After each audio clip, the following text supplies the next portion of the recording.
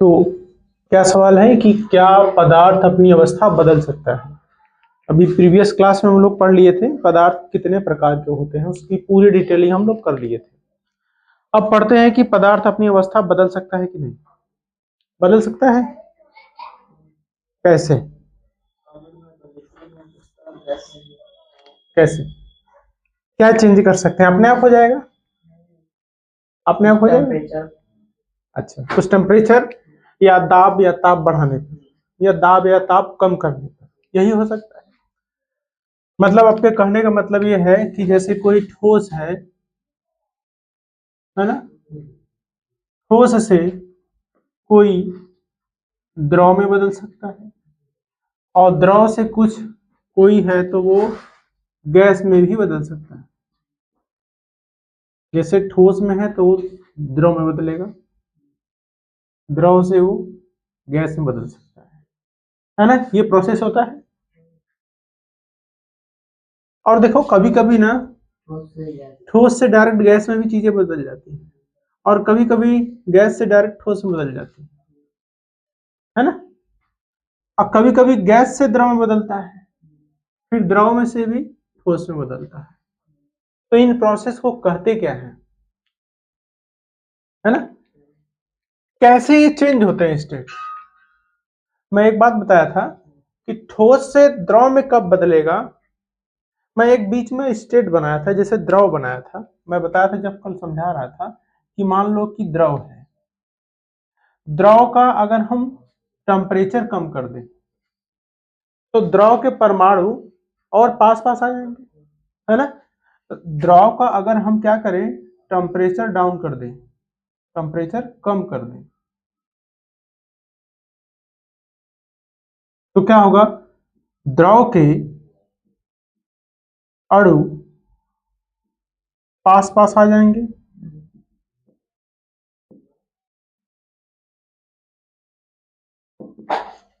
जब द्रव के अणु पास पास आ जाएंगे तो इसका मतलब क्या है कि द्रव जो है वो ठोस की तरफ बढ़ जाएगा। मतलब द्रव जो है वो किस में बदल जाएगा, ठोस अवस्था में। द्रव जो है वो ठोस अवस्था में आ जाएगा, बताया था कल। और जब इसी द्रव का हम टेम्परेचर बढ़ा देते हैं, टेम्परेचर जब हम बढ़ा देंगे, साथ साथ लिखते रहना, टेम्परेचर कम किए तो ये हुआ, द्रव के अणु पास पास आ गए, यहाँ पे लिख लेना द्रव के अणु पास पास आ जाएंगे जब टेम्परेचर हम कम किए, ठीक है। और जब हम टेम्परेचर बढ़ा देंगे तो क्या होगा, तो द्रव के जो अणु हैं वो क्या होंगे, द्रव के अणु दूर दूर हो जाएंगे। देखो अब इतने दूर हो जाएंगे कि वहां पे क्या होगा, रिपल्सन फोर्स क्या था जी, F R greater than F A. अब समझ में है, F R greater than F A, मतलब जो प्रतिकर्षण बल है वो ज्यादा हो जाएगा, आकर्षण बल कम हो जाएगा। तो ये जो द्रव था ये द्रव चेंज किसमें हो जाएगा, गैसीय अवस्था में।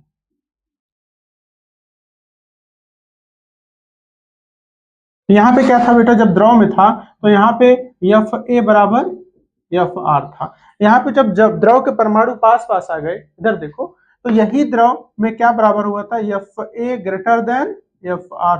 तो वो परमाणु क्या हो गया था, उस अवस्था में बदल गया था, ठीक। तो इस तरह से परमाणु अपना अवस्था चेंज कर सकता है। लेकिन क्या सब कुछ, सब चीज नहीं। एक सबसे बड़ा एग्जांपल पानी है, जल है ना, जो अपनी अवस्था परिवर्तित कर सकता है। लेकिन सबको अगर सोचो कि ठोस से गैस, गैस से द्रव है, द्रव से फिर ठोस, ऐसा नहीं हो सकता। अब जैसे क्या है, कैम्फर है, कपूर, नौसादर, NH4Cl, इनको गर्म करोगे या ऐसा ही रख दोगे, कपूर ऐसे ही बाहर रख दो, कपूर को बंद करके क्यों रखते हैं, कि वो अपने आप वेपराइट होता है, अपने आप उसका ऊर्ध्वपातन होता है, अपने आप उसका ऊर्ध्वपातन होता है। ऊर्ध्वपातन मतलब वो द्रव में नहीं बदलता है, सीधे सीधे गैस में बदल जाता है। तो वो कैसे बदलता है, मतलब उसका टेम्परेचर जब पहले तो ठोस अवस्था में मतलब उसका थोड़ा सा टेम्परेचर बढ़ाते हैं हम तो क्या होता है, वो तुरंत गैस में बदल जाता है। मतलब उसके परमाणु एफ ए बराबर एफ आर नहीं होते हैं, उसके परमाणुओं के बीच में F A greater than F R हो जाता है, F R greater than F ए हो जाता है, इसलिए वो गैसीय अवस्था में चेंज हो जाता है।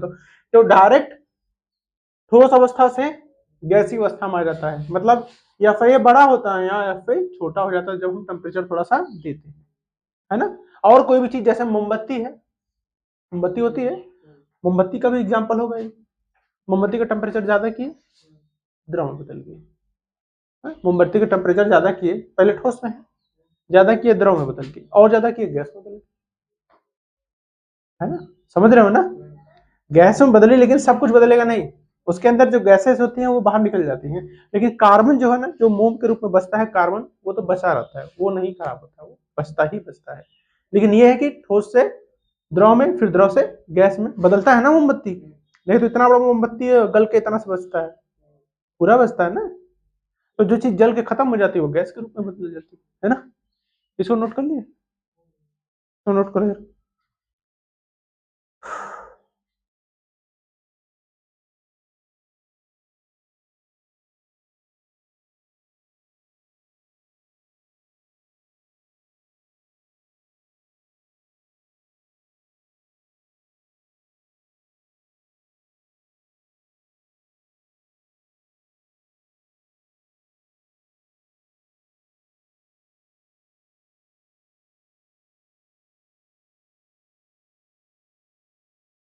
ये उतारी,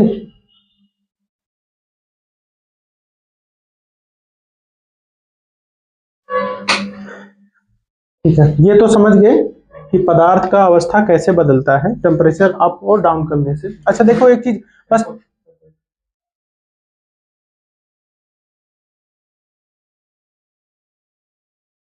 तो टेम्परेचर अप और डाउन होगा, ठीक है। बस टेम्परेचर अप और डाउन होने से चीजें नहीं होती है ना। एक चीज और हो सकता है, अगर हम जैसे यहाँ पे देखिए, हम टेम्परेचर बढ़ाए और घटाए तो कोई चीज किसी दूसरी चीज में बदल गई। अगर हम दाब बढ़ाए तो, दाब अगर बढ़ाए तो क्या होगा, हाँ, मान लो कि गैस है, मैं गैस की बात करता हूँ, गैस अवस्था कैसे परिवर्तन करती है, जैसे गैस है, गैस को हम किसी सिलेंडर में भरे और छोटे से सिलेंडर में भरे, छोटे से सिलेंडर में भर दिए, मान लो, छोड़ो, अच्छा मान लो ये सिलेंडर है ना, एक बड़ा सिलेंडर है जिसमें गैस भरी हुई है, मान लो गैस है, ये गैस भरी हुई है, सिलेंडर है पहले। अब इस पहले तो सिलेंडर थी तो उसमें बस गैस था, मतलब जो गैस था वो गैस के रूप में दिख रहा था कि गैस है ना। अब मान लो इस सिलेंडर पे एक पिस्टन लगा दिए, पिस्टन लगा दिए प्रेशर प्रेशर लगाने के लिए। अब मान लो कि ये सिलेंडर ए, इसका पिस्टन ए बिंदु पे था, अब ये खिसक के कहाँ आ गया, ए पे था, ए के खिसक के आगे मान लो कि यहाँ नीचे आ गया, बी बिंदु पे आ गया, ये पिस्टन अब कहाँ आ गया, बी बिंदु पे। पहले इसको, इसके ऊपर जो प्रेशर था वो बस 1 atm था, प्रेशर जो था 1 atm, मतलब साधारण दाब जो हमारे ऊपर लग रहा है, तो 1 atm रहेगा तो वो तो गैस गैस ही रहेगी, बदलेगी नहीं, गैस गैस अवस्था में ही रहेगी। मान लो कि अब ये प्रेशर बढ़ा के पिस्टन के द्वारा इस पे 10 atm कर दिया गया, इसके ऊपर प्रेशर अब क्या लग रहा है, 10 atm, P1 है 1 atm, अब P2 यहाँ पे लग रहा है 10 atm, बहुत ज्यादा प्रेशर तो बहुत ज्यादा हो गया, तो पिस्टन खिसक के नीचे चला गया, और ये जो इतने दूर में गैस थी वो बहुत, जो गैस बहुत दूर दूर थी, गैस के परमाणु बहुत दूर दूर थे, वो गैस के परमाणु क्या होंगे, पास पास आ जाएंगे। जब गैस के परमाणु पास पास आ जाएंगे, गैस के ऊपर जब हम प्रेशर लगाएंगे, गैस के परमाणु क्या होंगे, पास पास आ जाएंगे। तो जब गैस के परमाणु पास पास आए तो ये गैस गैसीय अवस्था में बचेगी, यही गैस अब किस रूप में आ जाएगी, द्रव अवस्था, तो यही गैस द्रवित अवस्था में आ जाएगी, द्रव अवस्था में आ जाएगी, है ना, समझ गए। मतलब द्रव के ऊपर टेम्परेचर बढ़ाए तो गैस, टेम्परेचर अगर कम किए तब तो द्रव में बदलेगी ही। अगर इस गैस के ऊपर एक दाब लगा दे, अधिक दाब लगा के, तो इस गैस को भी हम द्रव में बदल सकते हैं। अब ये कभी मत करना कि द्रव को, सर एक काम करते हैं, दाब लगाए गैस द्रव में बदल गई। अब एक काम करते हैं, इस द्रव के ऊपर दाब लगाते हैं तो ये बदल जाएगा ठोस अवस्था में। ऐसा होगा? पानी को कितना दबा दो वो क्या बर्फ बन जाएगा?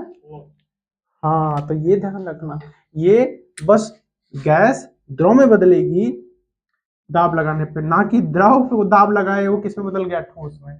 तो ये नहीं होगा, कभी भी ये नहीं होगा, ठीक है।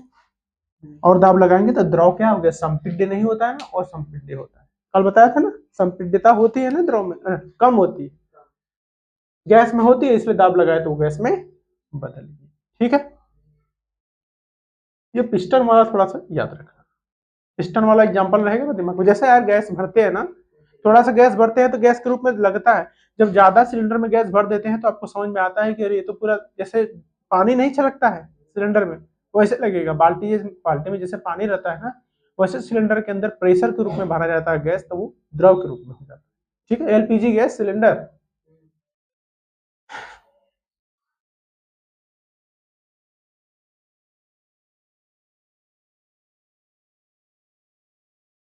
नोट कर लिए? मिटा दो इसको? आप लोग सोच रहे हो सर कुछ लिखवा नहीं रहे, ऐसा नहीं सोच रहे हो? अब आएगा ना कि अब ये पहले तो समझ होनी चाहिए ना, तब तो लिखवाऊंगा, लिखवाने वाली चीज तो मैं लिखवाऊंगा। अभी मोशन में जो चीजें थी क्या उसको लिखवा नहीं रहा था, लिखवा रहा था ना। जहां पे जरूरी वहां पे लिखवाऊंगा, जहां पे समझ वाली चीज है, प्योर कॉन्सेप्ट है, वहां पे ये बताना जरूरी है। देखो, अब अगर हम बात करें, मान लो कि कोई वस्तु है वो ठोस अवस्था में है, ठोस अवस्था में मान लो कि बर्फ है, बर्फ है ना। इस बर्फ को अगर हम गर्म किए, है ना, इस बर्फ को अगर हम गर्म किए या इसको ताप दिए, टेम्परेचर दिए, तो ये बर्फ पिघल गई। बर्फ क्या होगी, बर्फ पिघलना चालू करेगी, पिघलना। इसको बोलते हैं, वैसे क्या बोलते हैं जी हिंदी में पिघलने को? हाँ, मेल्टिंग। अरे इंग्लिश में बोलते हैं, पिघलना चालू करेगा, मेल्टिंग तो होता ही। हाँ, गलना, ये भी बोल सकते हैं, गलना चालू होगा, मेल्टिंग होगा। और मेल्ट हो गया ये किस में बदल जाएगा, जल में, जल, मतलब ये द्रव अवस्था में आ गया। तो ठोस जब परिवर्तित होकर जल में बनता है तो उसको बोलते हैं पिघलना, मेल्टिंग, है ना। और का यही द्रव जब इसका टेम्परेचर और अप करते हैं, टेम्परेचर और बढ़ाते हैं, तो यही द्रव गैस में बदल जाता है। गैसीय अवस्था में रहता है। वो गैसीय अवस्था क्या होती है, जल वाष्प। क्या होती है, जल वाष्प होती है ना। और जिसको क्या बोलते हैं, वेपर, क्या बोलते हैं, वेपर फॉर्म, जो गैसीय अवस्था में रहता है। जैसे अभी वेपराइजेशन तो बहुत हो गया है, लेकिन कंडेंसेशन नहीं हो रहा है। कंडेंसेशन मतलब संघनन नहीं हो रहा है ना। तो अब जब जल गैस में बदलता है तो उसको क्या बोलते हैं, वाष्पीकरण। क्या बोलते हैं, वाष्पीकरण। या और हिंदी में क्या बोलते हैं इसको, वाष्पीकरण के साथ और कुछ बोलते हैं? हाँ, वाष्पीकरण ही बोलते हैं, और ज्यादा नहीं जानते इसमें। वाष्पीकरण, या इसको हिंदी में, इंग्लिश में वेपराइजेशन। जैसे अभी वेपराइजेशन भी हो रहा है, खूब गर्मी पड़ रही है ना, गर्मी में तो वेपराइजेशन हो ही रहा था, कि पानी जल वाष्प में बदल रहा था, बादल बन रहे थे, है ना। तो प्रोसेस समझ गए। ठोस से जल बनेगा तो गलना या पिघलना, मेल्टिंग। जल से गैसीय अवस्था में जल वाष्प बना, वाष्पीकरण, वेपराइजेशन, है ना। तो ये प्रोसेस इस तरह से होता है टेम्परेचर से। तो मतलब यहाँ पे अगर आप जाओ तो ठोस से द्रव बनेगा तो उसको क्या बोलेंगे, ठोस से द्रव में बदला तो उसको क्या बोलेंगे, प्रोसेस को क्या बोलेंगे, मेल्टिंग या पिघलना, गलना, या इंग्लिश में बोला जाए तो मेल्टिंग। ध्यान दो बच्चा, हर चीज का भी एग्जाम्पल भी मैं बताऊंगा। अब कोई चीज द्रव से गैस में बदली तो उसको क्या बोलेंगे, वाष्पीकरण। अब देखो एक एक कॉन्सेप्ट बनता जा रहा है। अब कोई गैस से ठोस में बदलेगा, अभी वो छोड़ो, अभी ये जानो कि कोई कोई गैसीय अवस्था में है, गैसीय अवस्था से अभी जैसे बादल बरसेंगे, यहां मान लो कि गैसीय अवस्था में क्या है, बादल, बादल बना, द्रव से वाष्पीकरण होकर बादल बना, फिर यही बादल वापस वर्षा के रूप में, अरे इसी बादल से क्या होती है, वर्षा होती है, इसी बादल से क्या होगा, वर्षा होगा। जब वर्षा होगी, रेन होगा, तो इसको, उस प्रोसेस को क्या बोलते हैं, संघनन। मतलब जब जलवाष्प से गैसीय अवस्था से कोई वस्तु, कोई पदार्थ द्रव अवस्था में चेंज होता है उसको क्या बोलते हैं, संघनन। द्रव से गैस में वाष्पीकरण, वाष्प बनते हैं ना। अब बादल या गैस से वापस द्रव, इसको बादल बोल सकते हैं या तो क्या बोल सकते हैं, जलवाष्प। तो जलवाष्प से द्रव में बदला, क्या बोलेंगे उसको, संघनन। बारिश होती है उसको क्या बोलते हैं, संघनन। ये क्या हो गया, कंडेंसेशन। तो इसका एग्जांपल क्या है, रेन। ये ऊपर वाला मिटा देता हूं ना, लेकिन ऊपर तो दिखेगा ही।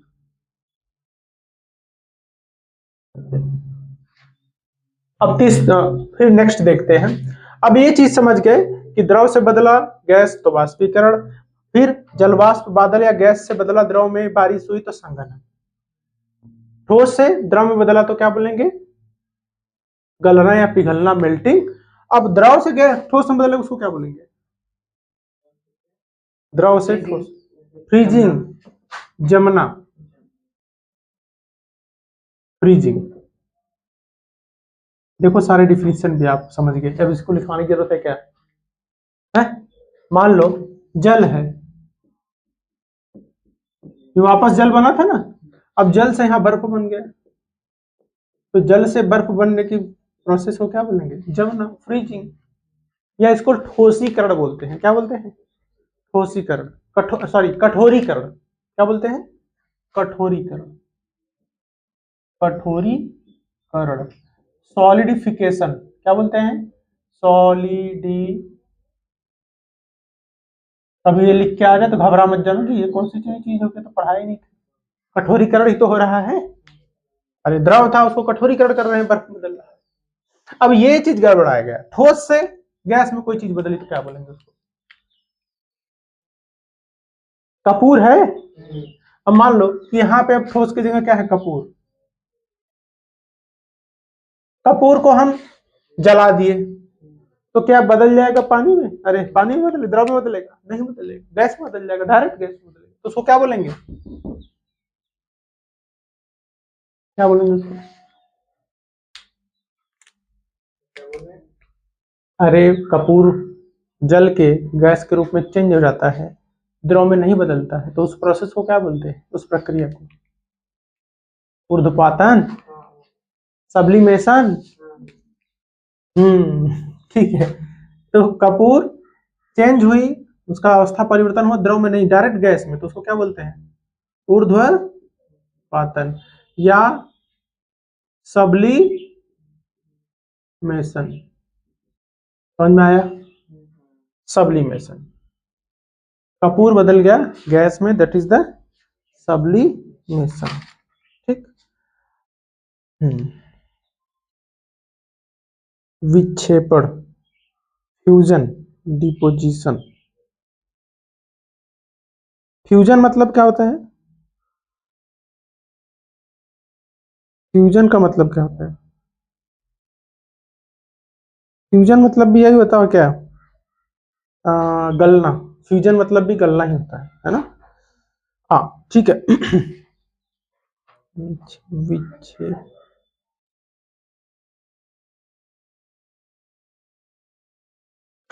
चलिए, अब अगर कोई गैसीय अवस्था में डायरेक्ट ठोस अवस्था में बदलेगा तो उसको क्या बोलेंगे?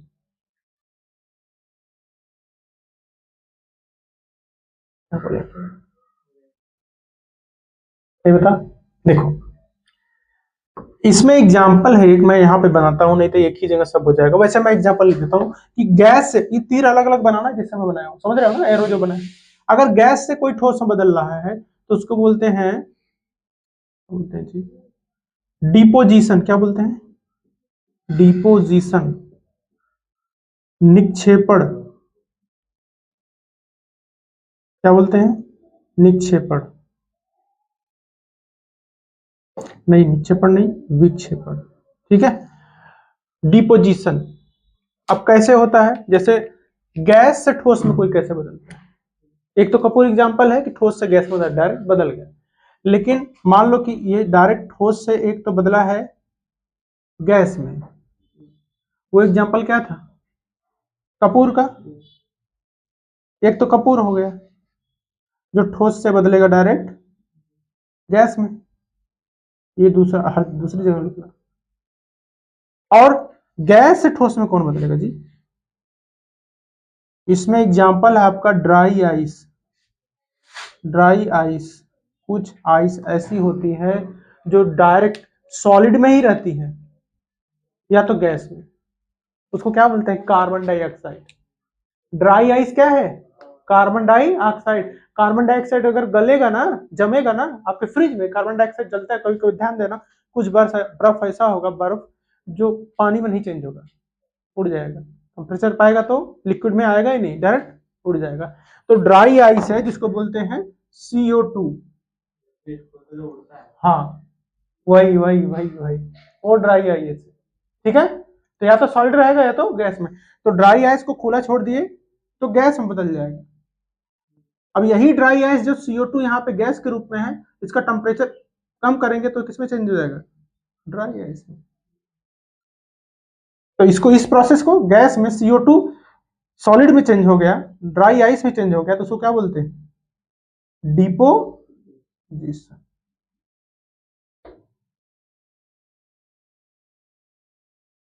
अब आपको एक एक पॉइंट समझ में आ गया। ये पूरा डायग्राम बना के मैं समझा दिया, और एक डायग्राम को अच्छे से बनाए हो ना, ये जैसे मैं बनाया हूं वैसे बनाना। कि ठोस से द्रव में बदलना, पिघलना या गलना। द्रव से गैस में बदला, वाष्पीकरण। गैस से ठोस में बदला, ऊर्ध्व। गैस से ठोस में बदला, विक्षेपण, डिपोजिशन। अब उल्टा, गैस से द्रव में बदला, संघनन। अब द्रव से ठोस में बदला, जमना, कठोरीकरण। अब ठोस से डायरेक्ट गैस में बदलना, सब्लिमेशन या ऊर्ध्वपातन। सब्लिमेशन, ऊर्ध्वपातन का एग्जाम्पल क्या है? एक कपूर है, एक ड्राई आइस। एक क्या है? Dry ice. ड्राई आइस मतलब CO2। CO2 अगर बर्फ के रूप में है तो वो क्या है? Dry ice. गैस के रूप में है तो CO2 है। यही CO2 जब जमेगा तो बर्फ बन जाएगा, और गर्म करेंगे, हल्का फुल्का टेम्परेचर उसका बढ़ा तो किसमें चेंज हो जाएगा? गैस के, गैस की अवस्था। ठीक है, चलिए इसको नोट कर लो अच्छे से।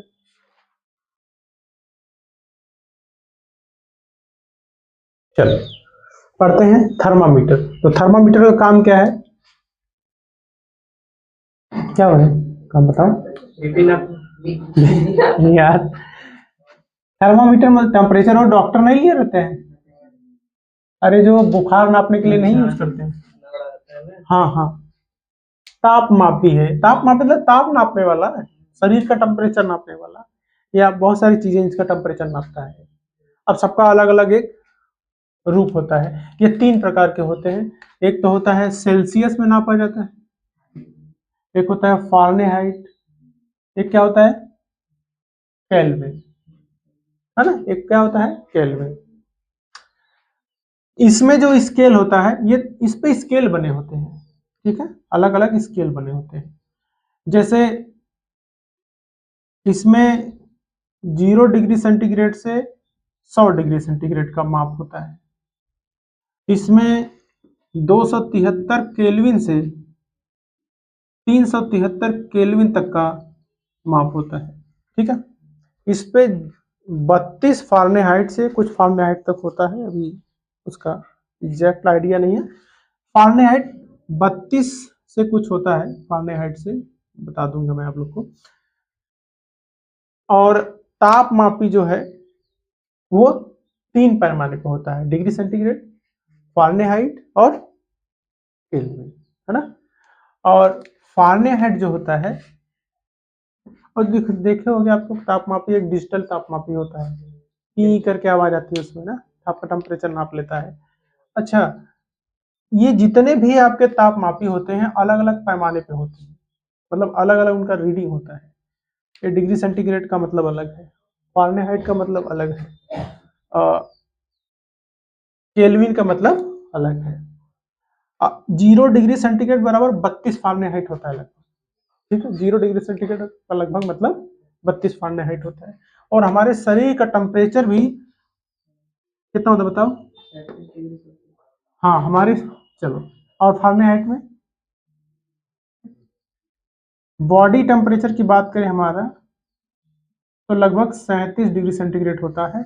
अगर फारेनहाइट में बात करें तो लगभग 98.6 फारेनहाइट होता है। फारेनहाइट या 37 डिग्री हमारे बॉडी का टेम्परेचर होता है। पहले ये लिख लो, तो फट से लिखो इसको, एक दो फार्मूला बताऊंगा, और इसका फार्मूला भी एक लिख लो। फारेनहाइट बराबर 9/5 डिग्री सेंटीग्रेड प्लस 32।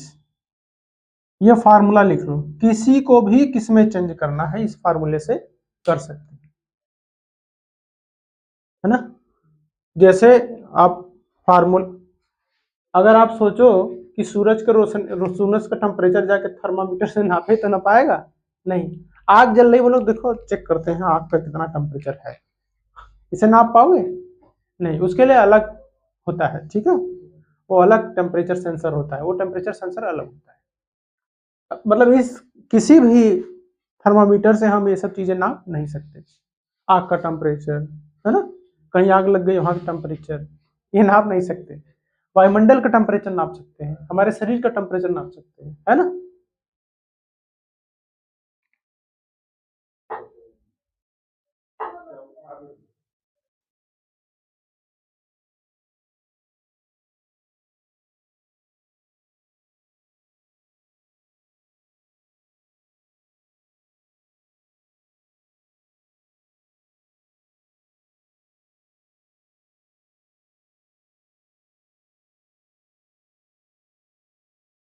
ज्यादा हम लोग को यही पढ़ना है। ठीक है,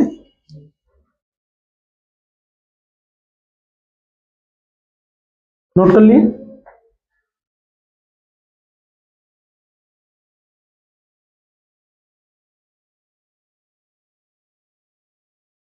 बहुत सही। अच्छा, ये जो तापमापी है, देखो इसको डिग्री सेंटीग्रेड जो है उसको क्या बोलते हैं? सेल्सियस तापमापी। लिख लो, इसका नाम क्या होता है? सेल्सियस तापमापी। और इसको क्या बोलते हैं? क्या कि क्यों? केल्विन जिससे मापते हैं उसको बोलते हैं केल्विन तापमापी। ये किसी साइंटिस्ट के नाम पे है। सब साइंटिस्ट, साइंटिस्ट के नाम Fahrenheit, kelvin, degree centigrade, Celsius, सब साइंटिस्ट ही। ये फारेनहाइट तापमापी होगा, है ना। तो इसके अंदर जो तापमापी है, इसके अंदर क्या भरा होता है पता है? पारा, Hg। क्यों भरा होता है पारा? कुछ और क्यों नहीं भरता, भरते पानी नहीं भर देंगे? बताओ। जैसे जो होता है उसके अंदर फ्लास्क जैसा, पाइप जैसा होता है, उसके अंदर पारा भरा रहता है, मरकरी भरा रहता है। तो पारा की जगह कुछ और भर दो, क्योंकि हाँ ठीक है, तुम सही बोल रहे थे कि नॉर्मल टेम्परेचर पे, नॉर्मल टेम्परेचर 35 से 36 डिग्री, 30 डिग्री तक, 40 डिग्री तक पारा धातु है, लेकिन वो गैसीय अवस्था में रहती है, अरे सॉरी, द्रव अवस्था में रहती है। तो जैसे ही टेम्परेचर बढ़ता है ना तो वो ऊपर उठने लगती है।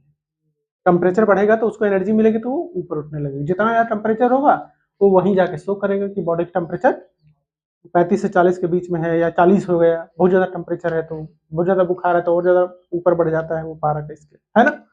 तो पारा उसके अंदर इसलिए भरा जाता है क्योंकि पारा नॉर्मल टेम्परेचर पे, इसका रीजन क्या है, क्योंकि लिख लो रीजन, पारा सामान्य ताप पर द्रव अवस्था में पाया जाता है।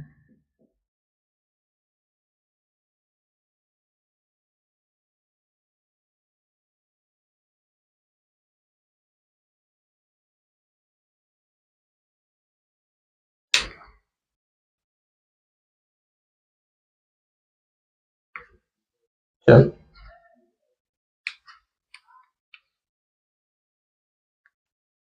एक फार्मूला और लिख लीजिए, केल्विन बराबर होता है 0 डिग्री सेंटीग्रेड प्लस 273, या ऐसा केल्विन बराबर क्या होता है, डिग्री सेंटीग्रेड, जो भी degree x degree centigrade plus 273। Kelvin बराबर क्या होगा, ये जो डिग्री सेंटीग्रेड दिया उसमें 273 जोड़ देंगे। अर्थात अगर हम बात करें तो 0 डिग्री सेंटीग्रेड बराबर कितना केल्विन होगा, 0 डिग्री सेंटीग्रेड बराबर 273 केल्विन, और 1 डिग्री सेंटीग्रेड बराबर 1 प्लस 273 बराबर 274 केल्विन, 2 डिग्री सेंटीग्रेड बराबर 2 प्लस 273 275 केल्विन, और 27 डिग्री सेंटीग्रेड बराबर 27 प्लस 273 बराबर 300 केल्विन, है ना। 27 प्लस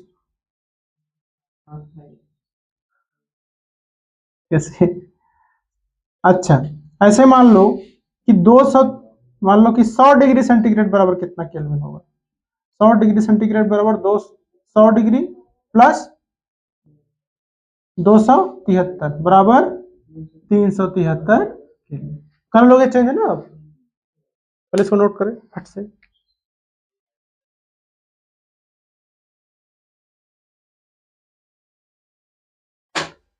घड़ी नहीं लगाए हो, मोबाइल तुम तो लाए हो, देखो टाइम क्या हो,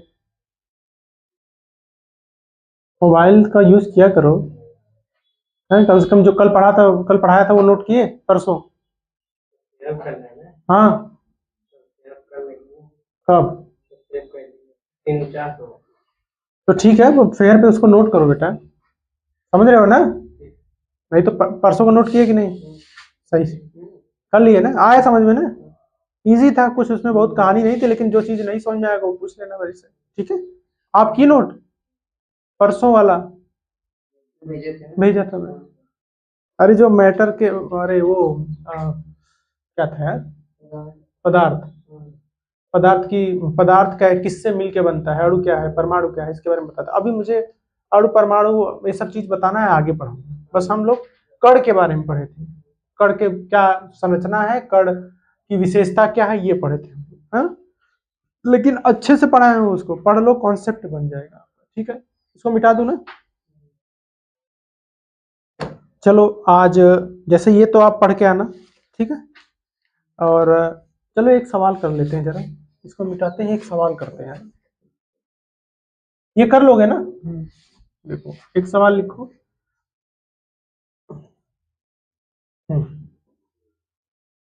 लिखो, जैसे मान लो कि 40 डिग्री सेंटीग्रेड दिया है, 40 डिग्री सेंटीग्रेड, एक फार्मूला बताया था, एफ बाई एफ बराबर, पहले फार्मूला यहाँ पे लिख लो, एफ बराबर फारेनहाइट बराबर क्या था, 9/5 डिग्री सेल्सियस प्लस 32, यही है, ये फार्मूला है।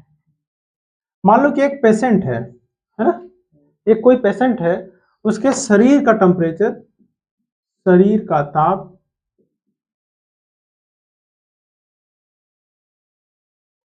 मान लो कि 45 डिग्री सेंटीग्रेड है, तो इस ताप को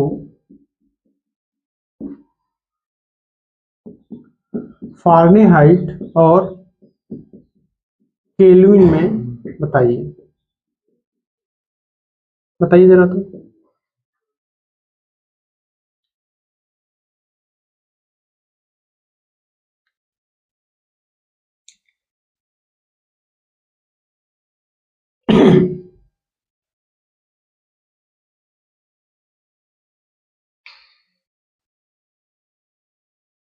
ट्राई करिए, सभी लोग ट्राई करिए, इसलिए टाइम दे रहा हूं मैं, फटाफट बताइए। अच्छा, हमें अभी आयतन द्रव्यमान के बारे में अच्छे से पढ़ना है, ठीक है। आयतन द्रव्यमान और डेंसिटी के बारे में, डेंसिटी के बारे में कल बताया था ना, बताया था ना डेंसिटी, घनत्व।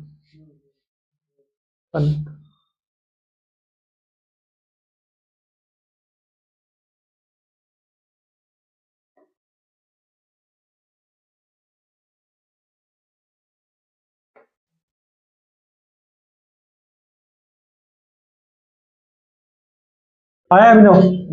कितना आया? रोशनी?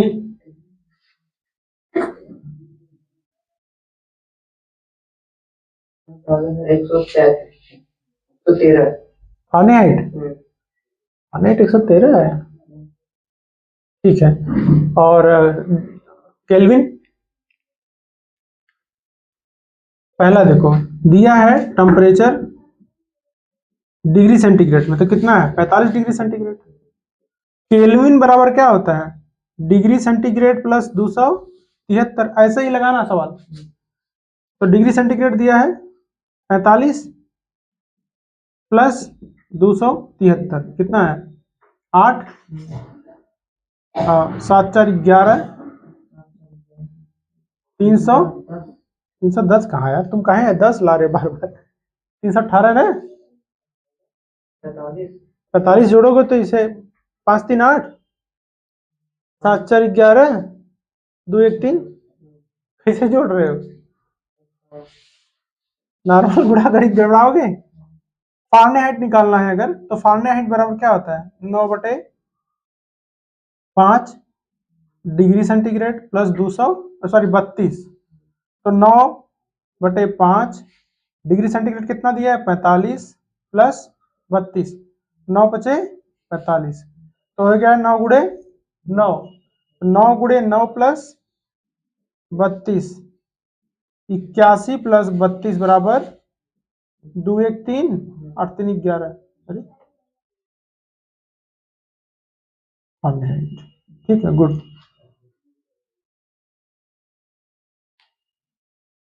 तो अब डिग्री सेंटीग्रेड से फ़ारेनहाइट, फ़ारेनहाइट से डिग्री सेंटीग्रेड, सेंटीग्रेड सब बदल सकते हो। फ़ारेनहाइट से केल्विन कैसे बदलोगे? अब निकालो जरा, अब सवाल बोल रहा हूँ, रुको, है ना, ये तो एकदम आसान था। अब थोड़ा सा अच्छा वाला सवाल लिखो, पढ़ो तो एकदम डॉक्टर को फेल कर दो। चलो दूसरा सवाल, मतलब शरीर का ताप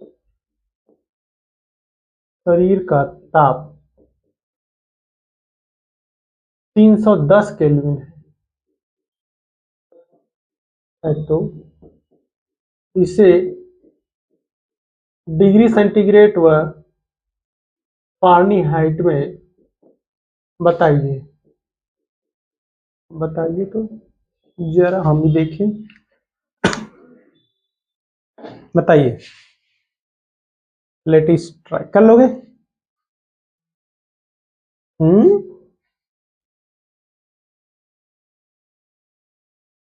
अभी वाला कान ऐसे पकड़ रहे थे सीधे ना, अभी वाला कान ऐसे पकड़ना है, और ये वाला इससे।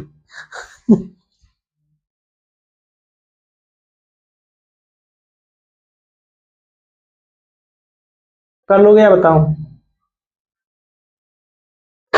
ज्यादा टाइम नहीं लगाना, फटाफट बताना है, कर लोगे या नहीं?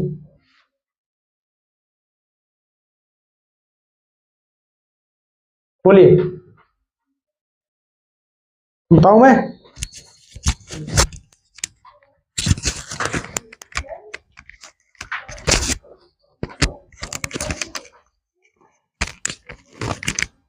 चलो बताता हूं मैं। देखो, शरीर का ताप क्या दिया है इस बार? 310 केल्विन दिया है। मैं बताया क्या था, पहले बात करते हैं टेम्परेचर क्या दिया है 310 केल्विन। मैं बताया था कि केल्विन बराबर क्या होता है degree centigrade x degree centigrade plus 273, यही दिया था।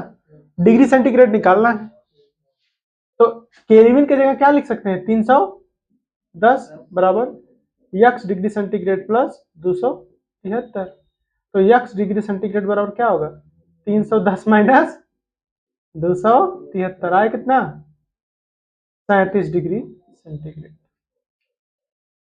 तो बॉडी का टेम्परेचर क्या हो गया 37 डिग्री सेंटीग्रेड, अर्थात उसको बुखार नहीं है ना। अब इसको किस में चेंज करना है हमें फारेनहाइट में। अब डिग्री सेंटीग्रेड आ गया ना, अब दूसरा हमें क्या करना है फारेनहाइट में चेंज करना है। तो फारेनहाइट बराबर क्या है बताओ, फार्मूला याद हो जाए 9/5 डिग्री सेंटीग्रेड प्लस 32, 9/5 गुणे 37 प्लस 32। अब यही काटना थोड़ा सा दिक्कत है इसको, लेकिन काट लेंगे इसको। 9 सत्ते 35, 2 शेष है ना 4, हाँ 2 बचा 20 हो गया। तो हाँ 7.4 गुणे 32, 9 चौक 36, 9 सत्ते 63, 3 66, देखो आ गया ना 98.6 फारेनहाइट। मतलब इंसान को बुखार उखार नहीं, ठीक है एकदम परफेक्ट आया ना। 98.6 फारेनहाइट हमारे बॉडी का टेम्परेचर होता है और नॉर्मल टेम्परेचर शरीर का 37 डिग्री सेंटीग्रेड। देख लो कितना ध्यान से मैं सवाल किया था। शरीर का ताप 310 केल्विन में होता है, नॉर्मल है। 37 डिग्री सेंटीग्रेड है, नॉर्मल है। 98.6 है, नॉर्मल है फारेनहाइट। इससे कम हो गया तब ठंडी लग रही, ठंडी मार दे लस, हाँ ऐसा नहीं है। इससे कम हो गया तो हाइपोथर्मिया हो जाएगा। हाइपोथर्मिया मतलब हाँ तो बुखार हो जाएगा। बोलते ना ये 1 डिग्री बुखार है, 101 डिग्री बुखार होगा, उसका मतलब नहीं समझ में आता कि 101 डिग्री बुखार होगा। कभी कभी तो कोई गांव में या कहीं भी जो नहीं जानता वो बोलता है 101 डिग्री बुखार है। 101 डिग्री समझ रहे हो, कहाँ 37 डिग्री सेंटीग्रेड होता है वो बोलता है 101 डिग्री। 101 डिग्री सेंटीग्रेड उबल जाएगा आदमी उतरे में, है ना। वो हाँ वो फारेनहाइट बोलना चाह रहा है, क्योंकि वो जो डिजिटल वाला होता है ना वो फारेनहाइट में बताता है 98 पॉइंट ऐसे करके 99 फारेनहाइट। बहुत होता है तो 2 डिग्री तक 102 103, बस इससे ज्यादा हुआ तो मामला समाप्त हो जाएगा, गड़बड़ हो जाएगा एकदम समाप्त लीला। तब जब 105 डिग्री फारेनहाइट होता है ना बुखार, तो डॉक्टर उसके आसपास बर्फ रख देते हैं। एक मेरे फ्रेंड को हुआ था ऐसे बुखार, 104 तक हो गया था। तो डॉक्टर ने क्या किया, चारों तरफ से उसको बर्फ की सिल्ली, फिर गद्दा रखा, फिर उसके ऊपर सुलाए, चारों तरफ बर्फ की सिल्ली रख दे, तब भी उसके बॉडी का टेम्परेचर कम नहीं हो रहा था। हो जाता है कभी कभी, कोई रीजन से होता है, बॉडी का कुछ सिस्टम गड़बड़ हो जाएगा तो ऐसा होता है। क्योंकि हमारे शरीर का टेम्परेचर हर चीज करना ब्रेन का काम है। ब्रेन थोड़ा भी गड़बड़ हुआ तो सारा चौपट हो जाएगा। 10 में आप लोग पढ़ोगे कि हमारे शरीर का सब कुछ कंट्रोलिंग ब्रेन करता है। ब्रेन में थोड़ी भी दिक्कत होती है तो खत्म। जैसे भूख, पागल लोग होते हैं ना, तो उनको भूख लगती है ना प्यास लगती है ना कुछ दिखता है, मौज इसमें चलते रहते हैं, कोई टेंशन नहीं। जैसा इंसान जब ड्रिंक कर लेता है तो उसका नर्वस सिस्टम थोड़ा सा गड़बड़ हो जाता है, तो उसको कोई चिंता ही नहीं रहती है। कहीं नाली में गिर जाए, कहीं गिरे पड़े चलते रहे, कोई दिक्कत नहीं। आगे से ट्रक आ रही है एकदम सीना तान के जाएगा, और लड़ो लगेगा कि ट्रक ये पलट देगा, है ना। जब होश में रहेगा तो ब्रेन चलता है, तब उस टाइम ये सब चीजें नहीं करता है, ठीक है। तो ये हम लोग कर लेंगे, हाँ। जब ड्रिंक कर लेता तो ऑटो पायलट हो जाता है आदमी, है ना, ऑटोमेटिक चलता है। चलो एक काम करना आप लोग, इसको चेंज करना, change into degree centigrade and Fahrenheit. पहला 360 केल्विन, दूसरा 373 केल्विन। ये नोट कर लिए ना सवाल, ये सॉल्यूशन नोट कर लिए ना, नोट किए ना अभिनव। तीसरा 73 केल्विन, चौथा 273 केल्विन, पांचवा 0 केल्विन। ये करना जरा, ये करना जरा, तो देखो क्या कर लेते हैं तुम लोग। ठीक है, ये करना। हाँ करना, जैसे ये किए हो। कर जीरो कैसे आएगा? यहाँ पे 200, यहाँ पे जीरो रख दोगे तो डिग्री सेंटीग्रेड माइनस 273 हो जाएगा। हाँ केल्विन में यार, केल्विन दिया है कितना? जीरो। तो जीरो यहाँ इधर देखो, जीरो यहाँ रखोगे तो ये इसको इधर भेजोगे तो माइनस 273 हो जाएगा। तो डिग्री सेंटीग्रेड जीरो में कितना होता है? माइनस 273। इसीलिए दिया हूं इसको। तो पांचों सवाल आप लोग करके आइएगा, बाकी अभी आप लोग मैथ पढ़ लीजिए। और देखो जितना अभी रिकॉर्डिंग ये सेशन हो रहा है, जैसे मैं एक बार यहाँ पढ़ा है, घर पे जाके एक बार जरूर देखा। जैसे मैं आज अपलोड नहीं करूंगा तो कल कर दूंगा। अभी कल वाला अपलोड किया नहीं हूँ क्योंकि मौसम सही नहीं था, तो थोड़ा सा अपलोड करने में बार बार फेल हो जाए। ठीक है, वाईफाई लगा लूंगा तो डायरेक्ट लाइव चलेगा। कभी आओगे नहीं तब कोई दिक्कत नहीं। ठीक है, तो यहाँ तक कर लीजिए, ये सवाल करके आना, कल चेक करेंगे। ठीक है, वीडियो बड़ा डाउनलोड